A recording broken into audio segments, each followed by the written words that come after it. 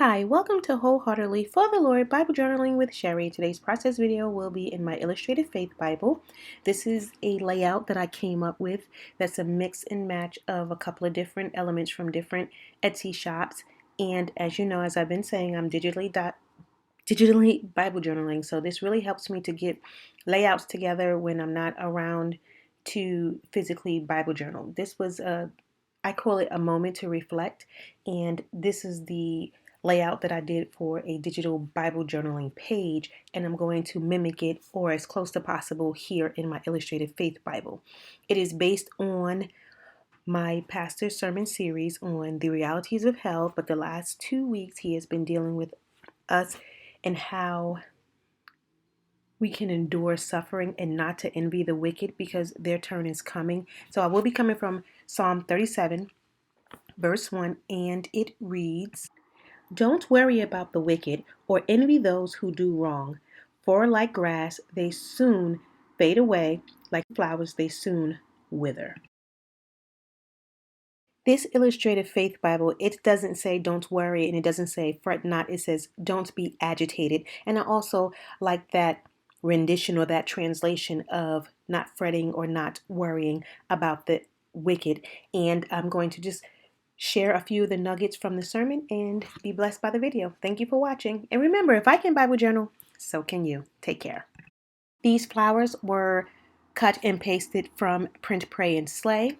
The young lady that I'll be using is from the Faithful Heart Shop, her right there. She's from the Faithful Heart Shop. The Don't Fret focus is something that I typed on just a regular font, and I am laying down some splashes, and that's from Praise and Pray. So I'm just doing a mixture, and that's again what I like about digital Bible journaling or being able to cut and paste different elements from different places.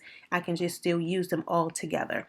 This phrase right here is from the Faithful Heart Shop. It's one of her other principles, and I really thought it fit here because you don't focus on the evil, you don't fret and worry about them, but you focus on the goodness of God and all that He has done for us, and the fact that we are saved.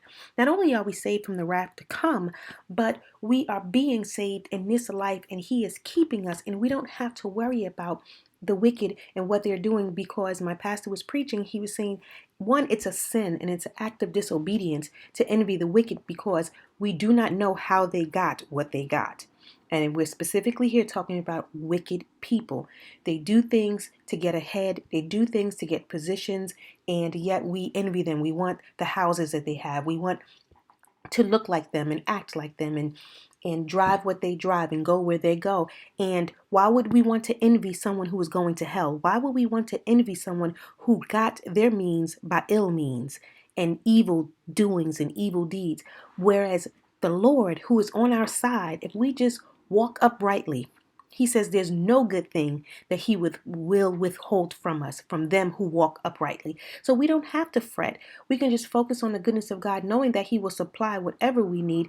And so what? They have a bunch of houses and a bunch of cars. They can only drive one at a time. You can only live in one house at a time. You can only be in one room at a time. So they have 5 cars, we have one. Or you may catch the bus or the train, but it's transportation and everyone gets to where they need to get. They hurt and they manipulate and they connive and they oppress people to get where they are and to get what they want. Why would we want to envy that? Stop being jealous. Stop being envious. Don't fret when it seems like they're getting away, because just like the spring grass, they will fade away. Their end is coming. So I want to encourage you, whatever your lot is right now in this life, don't look at the world and the wicked and what they have and how they seem to prosper, because God is doing something with us. We don't escape hardship and illnesses and financial difficulty and familial problems and marital problems. We don't escape it because we're saved, but we have the one who does save and who can help and who can divinely intervene. So don't worry about them and don't fret. And that's the nugget from a piece of the sermon that I wanted to journal. I also journaled it in this book right here, which is my sermon book, solely focusing on nuggets from the sermon throughout this year, so that it's a brand new Bible. I have a place to put it because I end up writing my nuggets in different Bibles. And for this year, I just want it to be in one place and I can just flip back, and I'll do that. The Lord spare my life. At the end of the year, I'll flip back to all of the sermons and I'm dating them according to the sermon date and the date that I completed it. So I wanted to just put some other small elements that mimic the one that I did in my Illustrated Faith Bible right in here, and to remind myself to pray and don't fret, focus on the Lord. Don't worry about what they have and what they're doing and what they're seemingly getting away with, because they're not. Focus on His Word. His Word tells us exactly what's going to happen to them and the blessings that we get for obeying Him. Be encouraged, be blessed. Thank you for watching, and take care.